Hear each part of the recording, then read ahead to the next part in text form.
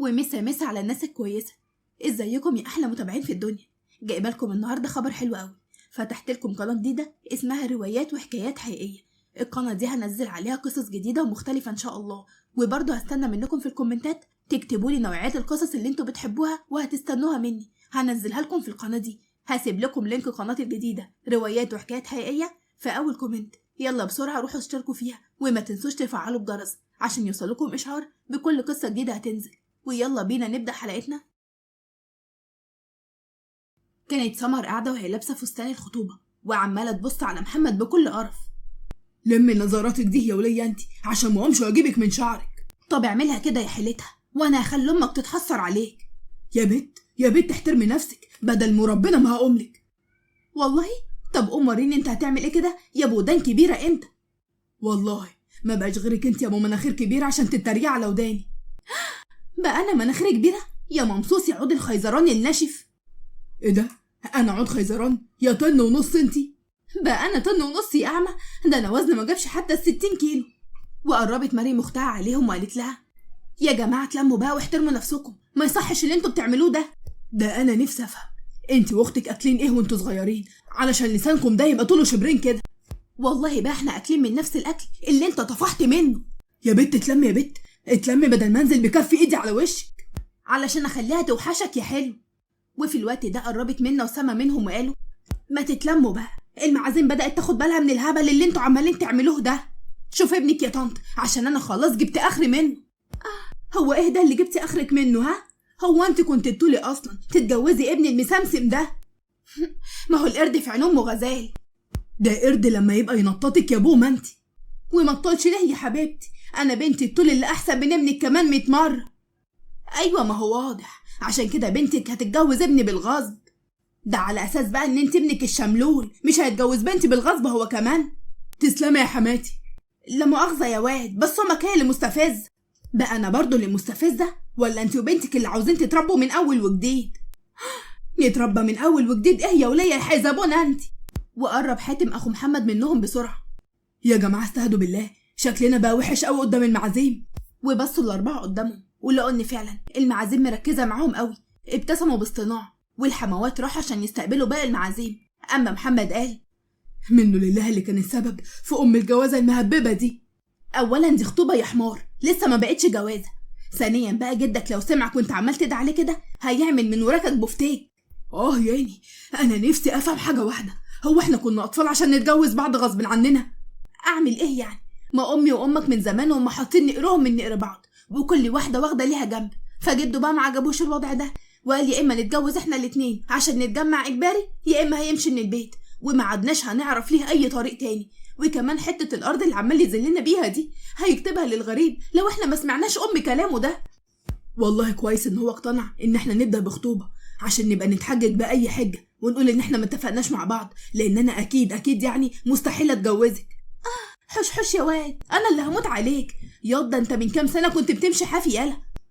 اسم الله عليكي اللي كانت بتمشي منكوشه في الشارع زي سوق العبيط يا بنتي يا معفنه.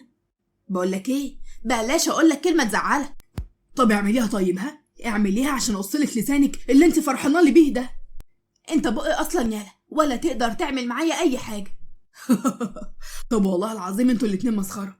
تعرفوا ان لو المعازيم ما كانتش موجوده كان زماني جبت فشار وقعدت اكله وانا عماله اتفرج عليكم. طب بس يا خفه بقى عشان ما زعلكش انت كمان. ها انا ما حدش يقدر يزعل اخويا طول ما انا موجود، انت فاهمه ولا ايه يا بت انت؟ بت اما تبتك على بيت ستك يا معفن انت يا جربوع. انا اعمل اللي انا عايزاه على فكره وما حدش يقدر يعمل معايا اي حاجه، انت فاهم ولا لا ياض؟ يا باي عليكم، ده انتوا بناس تجيب الصداع، انا ماشي احسن. خديني معاكي يا مريم. بصت مريم عليه بقرف وسابته ومشت. وسمر ضحكت وقالت تعيش وتاخد غيرها يا كابتن. انا اللي غلطان اصلا ان انا بتكلم معاها. ومشي حاتم وعدى الوقت لحد ما الخطوبه ما خلصت والمعازيم كلهم مشوا. سمر قالت يلا بينا يا ماما نمشي من هنا عشان انا خلاص جبت اخري. هو انت رايحه فين انت وهو؟ هنروح البيت يا جدو. لا مفيش مروح، انتم كلكم هتقعدوا معايا في البيت ده. نعم نعم نعم نعم نعم. هنقعد بس كلنا مع بعض في مكان واحد ازاي يا جدو؟ هو انت يعني مش شايف ان احنا مش طايقين بعض ازاي؟ هو مش انت يا جدو كنت عاوزنا نتخطب ودينا سمعنا كلامك واتخطبنا خلاص، مش حوار هو بقى. وهوب مرة واحدة الجد كان رفع ايده ونزل بيها على قفاها. اتلمي يا بت واتكلمي مع جدك باحترام. محمد قعد يضحك عليها، راح هوب كان طلب الجد اداله بالقفا هو كمان. بتضحك على ايه يا حمار انت؟ الله بقى، هو انا كنت عملت ايه دلوقتي عشان تديني بالقفا؟ هو كده مزاجي، كده مزاجي جه وقال لي اعمل كده وعملت. عندك مانع يالا؟ لا يا جدو ما عنديش مانع. انا هخلي حد يلم الهدوم بتاعتكم ويجيبها على هنا، عشان انا قلت كلمه واحده ومش هكررها تاني. انتم كلكم هتعيشوا معايا هنا، يعني هتعيشوا معايا. بصيت على منى بكل غيظ. ابقى هاتلي يا محمد ليمون عشان اعصر على نفسي وانا قاعده هنا. وانت يا بنتي يا سامر ما تنسيش تجيبي لي معقم يا بت، عشان في حد هنا كل ما هيفتح بقه الجراثيم هتنتشر في المكان كله. لا جامده دي يا ماما، وانا اللي بقول انا طالعه لمين انا واختي؟ اتارينا طالعين ليكي يا ست الكل انت. هو انت تقصدي مين يا منى بكلامك ده؟ الله انا ما اقصدش حاجه يا اختي، واللي على راسه بطحه بقى بيحسس عليها. ما تتلموا بقى انتوا الاتنين واعملوا احترام ليا. احنا اسفين يا عمي، بس هي اللي بدأت. هما الاتنين قالوا كده في نفس الوقت، وهز ممدوح راسه بقلة حيل عليهم، وطلع اوضته وسما ومنى بصوا على بعض بكل قرف، وكل واحدة فيهم دخلت اوضتها. محمد قال ده احنا شكلنا كده هنشوف ايام سودا هنا. ما هو لازم نشوف ايام سودا، مش انت موجود معانا؟ انا مش هرد عليك على فكرة، ها، عشان الرد على العبيط بيعمل له صيت. انت تقصد ان انا مجنونة يا جربوع انت؟ والله بقى اللي على راسه بطحة. قال لي كده وسابني ودخل على الأوضة بتاعته. ده انت مستفز. انا اروح انام يا مريم، عاوزة حاجة؟ لا. ودخلت سمر الأوضة، وحاتم قال ده احنا شكلنا كده هنتسلى الأيام اللي جاية دي كتير قوي. لكن مريم ما ردتش عليه ودخلت على أوضتها. قال حاتم بكل غيظ ما هو أنا اللي غبي، أنا بتكلم معاها ليه أصلا؟ وبعد ساعة خرجت مريم من الأوضة عشان تقعد في الجنينة شوية، بس وهي ماشية اتكعبلت وكانت لسه قطوع على وشها، بس حاتم لحقها على آخر لحظة وشدها ليه بسرعة. صرحوا هما الاتنين في عيون بعض. اتكسفت مريم قوي وبعدت عنه. ايه ده انت طلعت بقى بتتكسفي زي البنات اهو. والله وكان حد قالك بقى ان انا شبه خالتك ولا ايه بالظبط؟ يا بت ما تحترمي نفسك وتقصري لسانك ده بقى. ما ردتش عليه وكنت لسه همشي، بس هو وقفني تاني. مريم هو انت ليه مش طايقاني قوي كده؟ علشان ببساطة كده امي وامك مش طايقين بعض. اديك قلتي اهو، امي وامك مش طايقين بعض، احنا بقى مالنا؟ تصدق عندك حق، واحنا مالنا بيهم فعلا. قال له قوليلي، هو انت كنت خارجه تعملي ايه؟ ولا حاجه، كنت خارجه اقعد في الجنينه شويه. طيب ممكن نقعد مع بعض، ده لو ما فيهاش يعني اساءة ادب يعني. لا يا اخويا ما فيهاش اساءة ادب. الله بقى، ما احنا كنا ماشيين حلو، ايه لازمتها اخويا دي بقى؟ هو انت عايز ايه؟ ده انا غلبان والله ومش عاوز اي حاجه، ده انا اقصى طموحي في الحياه دي هو ان انا ابقى غني وملياردير بس من غير اي تعب. والله ودي بقى هتعملها ازاي يا فالح؟ الصراحه مش عارف. قعدت على الارض وربعت رجلي وقلت له تلعب معايا دور ليدو يا اسطى؟ يا سلام، هلعب طبعا وما العبش ليه، اهو اي حاجه بدل الملل ده. وقعد حاتم قدامي وبدأنا نلعب احنا الاتنين مع بعض، وبعد شويه لقيت حاتم بيقول لي بكل غيظ يوه، هو انت كل شويه ترجعيني؟ هو في ايه يا وليه؟ ما تتهدي شويه. اعمل لك ايه يعني؟ ما انا اللي حظي حلو في اللعبه، وبعدين بقى انت مش مركز، فعشان كده انا برجعك مكانك تاني بكل سهوله. انا اصلا مش بحب اللعبه دي. بقولك ايه، ما تيجي نلعب لعبه تانية واغلبك فيها؟ لا هغلبك ايه، ده انا هكتسحك وبمراحل كمان. ماشي لما نشوف، بس احنا بقى هنلعب ايه؟ هقولك يا ستي، احنا هنلعب كوتشينه، انا شاطر جدا بقى في اللعبه دي ومستحيل تغلبيني. لما نشوف، بس انا مش عندي اللعبه دي، انا محملها على الموبايل. وبعد كده طلع حاتم الموبايل من جيبه وبدأنا نلعب احنا الاتنين، وبعد شويه بعت حاتم الموبايل من قدامه.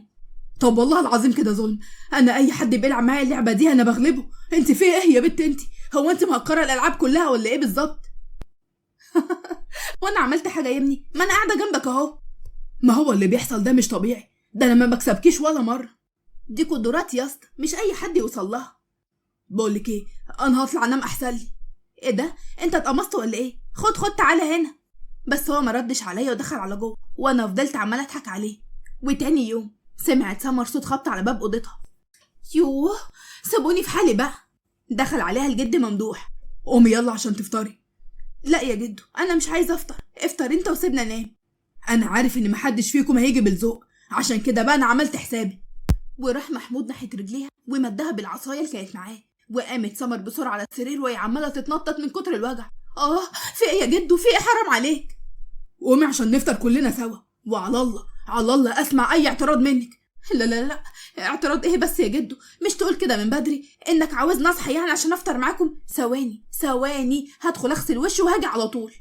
قدامك 5 دقايق، لو اتاخرت هطلع لك. ها، وانت عارفه بقى ان انا لو طلعت لك هعمل فيكي ايه. لا لا لا خلاص، اتاخر ايه بس؟ ده الموضوع كله مش هيحتاج مني غير هي دقيقه واحده وبس. قلت له كده كنت طلعت اجري فريره، دخلت الحمام. علم تخاف ما تختشيش. اما اروح بقى اشوف الشملول التاني. ودخل ممدوح اوضه محمد ولقاه عمال يضحك وهو نايم. يبقى يا سماح، ابعدي بقى يا سماح عشان بغير. نعم، دي مين سماح دي؟ وهوب نزل عليه ممدوح بالعصايه. اما محمد مخضوض من على السرير وعمال يقول ايه في ايه اللي حصل؟ مين سماح دي قليل الادب يا اللي عاوز تتربى انت؟ سماح مين؟ انا مش فاهم حاجه. سماح اللي كنت بتحلم بيها وبتقول لها ابعدي عني عشان بغير يا سماح. اديك قلت اهو يا جدو، حلم يا جدو. بتضربني ليه بقى؟ عشان اكيد انت عارف مين سماح اللي انت حلمت بيها دي. ما هو اكيد يعني مش هتحلم بيها من فراغ. والله يا جدو ما اعرف هي مين. انا حلمت بيها وكنت بخرف. ده انا اصلا نسيت شكلها من الخضه اللي انت خضتها لي. ماشي يا محمد، انا هعمل نفسي مصدقك. قال لها هو انت جيت لي اصلا يا جدو؟ هو انت كمان مش عاوزني اجي يا ولد؟ لا والله ما اقصد يا جدو، انا بس بسأل عشان مستغرب يعني. جيت اصحيك عشان نفطر كلنا مع بعض. نفطر؟ هي الساعه كام دلوقتي؟ الساعه 10 الصبح. 10 الصبح ايه بس يا جدو اللي عاوز نفطر فيه؟ انا اصلا مش بقوم من نومي غير 1 الظهر.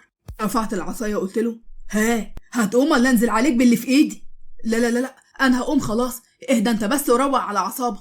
مالكش دعوه انت بيا. 10 دقايق 10 دقايق يا كبير وهتلاقيني عندك تحت. 10 دقايق ليه ان شاء الله؟ هي دقيقه واحده والاقيك تحت. انت فاهم يالا؟ ايوه طبعا فاهم يا جدو فاهم.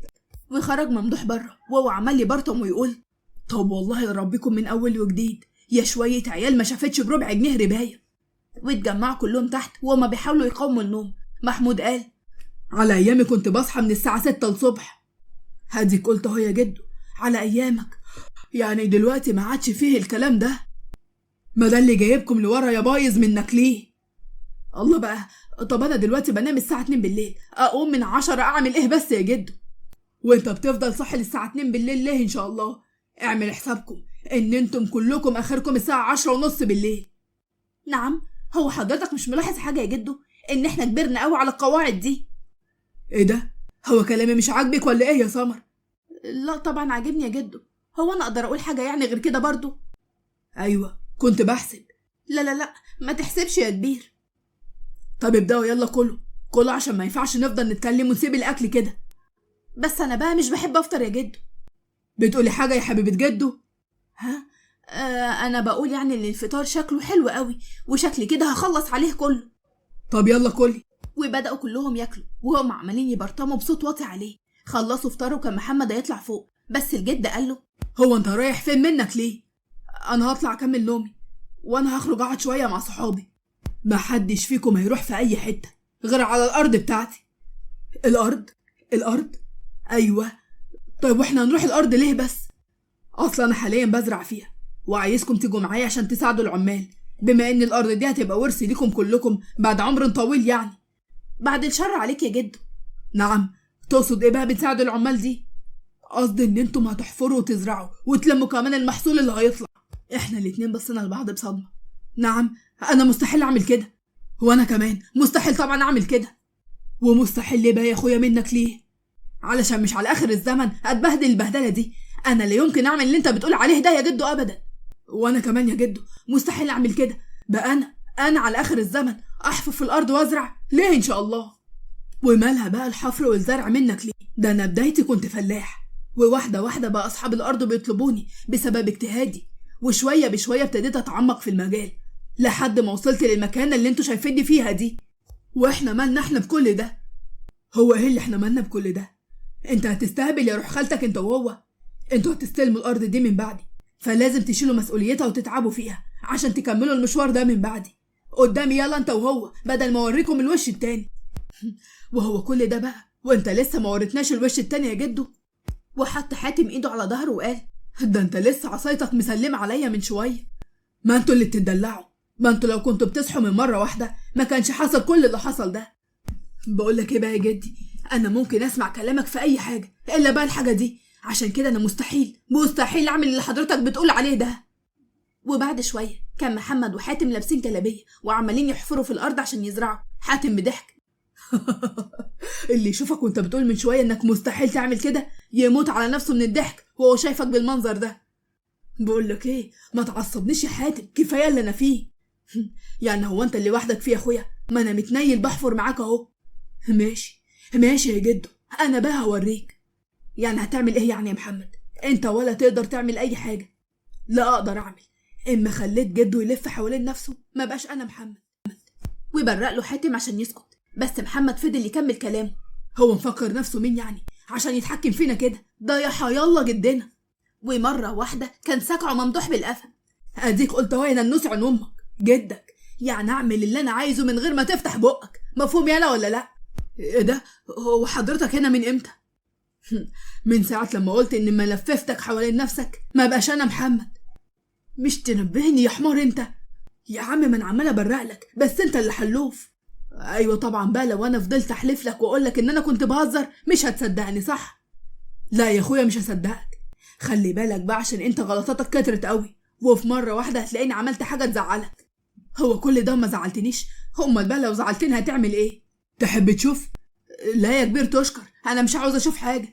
ومشي الجد وحاتم فضل يضحك وكان هيموت على نفسه من كتر الضحك. محمد بكل غيظ: اكتم وانجز عشان نخلص من الشغلانه دي.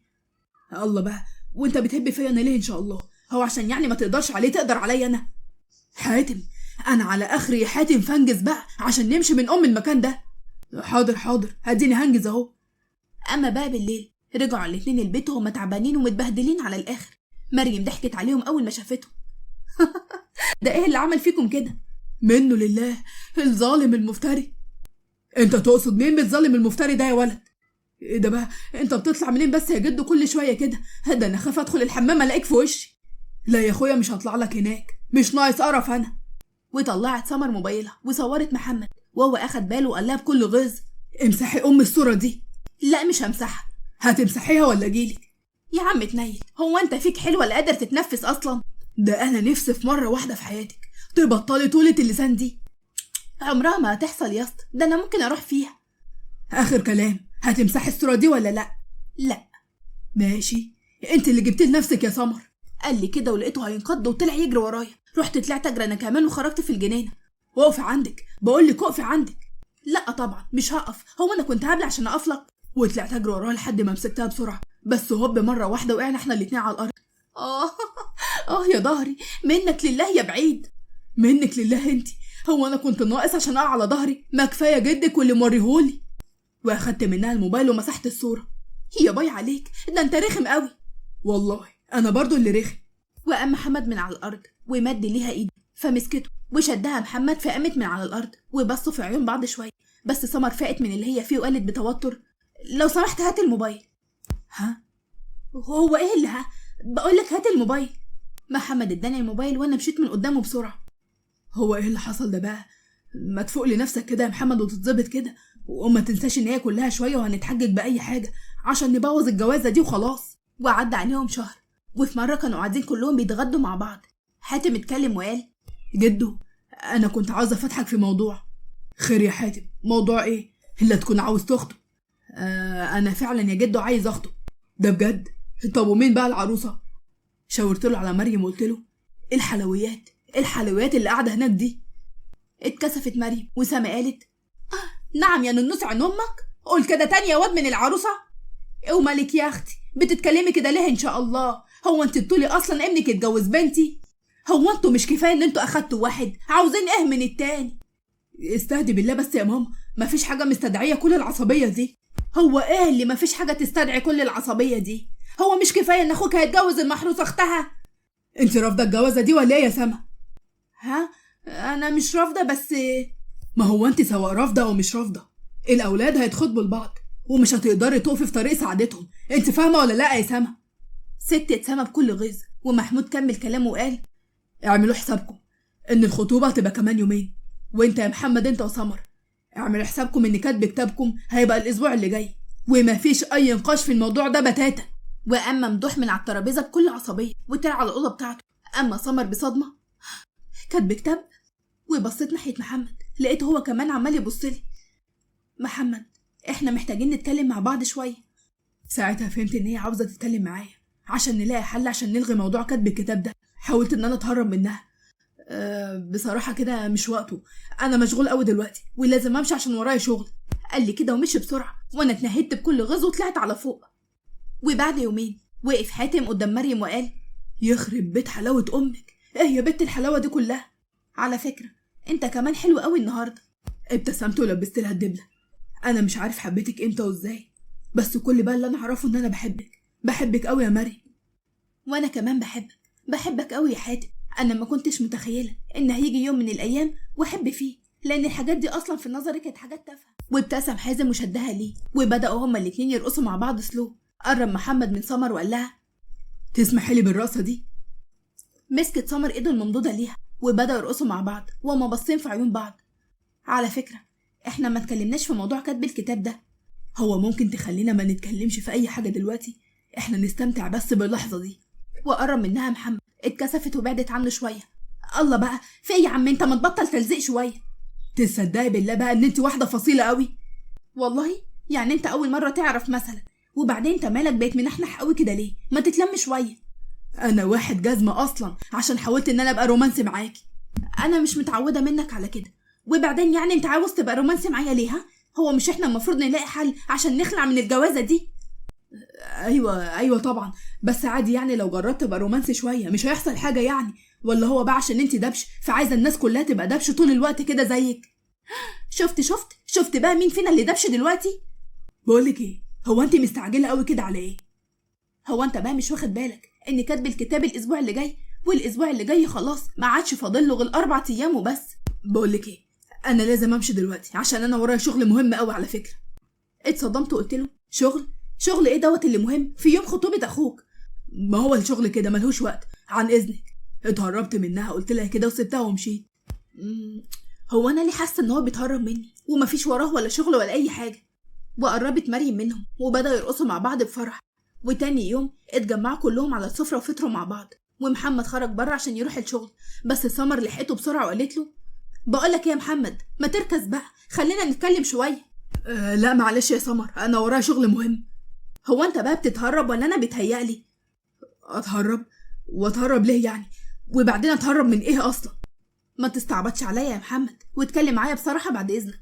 هو انا ليه كل ما افتح معاك الموضوع تتهرب مني؟ والله وده بقى ما لفتش نظرك لاي حاجه؟ خليك صريح يا محمد وبلاش تتكلم معايا بالالغاز. عشان انا حبيتك يا سمر. الله، طب وانت بتزعق ليه دلوقتي؟ انا اول مره اشوف حد بيعترف بحبه بالطريقه دي يا اخي. عشان انت اللي عصبتيني، يعني بالعقل كده انا هكون بتهرب ليها؟ عشان اكيد حبيتك. ليك حق والله يا اسطى ان انت تحبني، انا اصلا اتحب. قلعت اللي في رجلي وقلت لها: يا مستفزه. استهدى بالله يا وحش الكون وما تبقاش قفوش قوي كده. غريبه يعني ان انت ما اتصدمتيش لما انا قلتلك ان انا بحبك. اصلي بصراحه كده انا كنت شك، بس كنت عاوزه اسمعها منك عشان اتاكد. يا رب صبرني على ما ابتلتني يا رب. طب وانت ايه رايك يا مصيبه في اللي انا قلته ده؟ يعني على اساس ان انا لو قلت لا يعني جدك هيسيبنا في حالنا؟ بقولك ايه يا بنت انت، سيبك من جد دلوقتي وقولي لي انت رايك ايه. بصراحه انا كمان اتهببت واتنيلت وقعت في حبك زيك بالظبط كده. اول ما قالت لي كده كنت اطير من الفرحه. وانا بحبك اكتر ما انت ما بتحبيني بكتير كمان. ولحد هنا بتكون خلصت حلقتنا وكمان خلصت حكايتنا. استنوني في حلقة جديدة بحكاية جديدة. وفي نهاية الفيديو ما تنسوش تدعموني بالاشتراك في القناة وتفعيل الجرس على الكل عشان يوصلكم إشعار بكل قصة جديدة.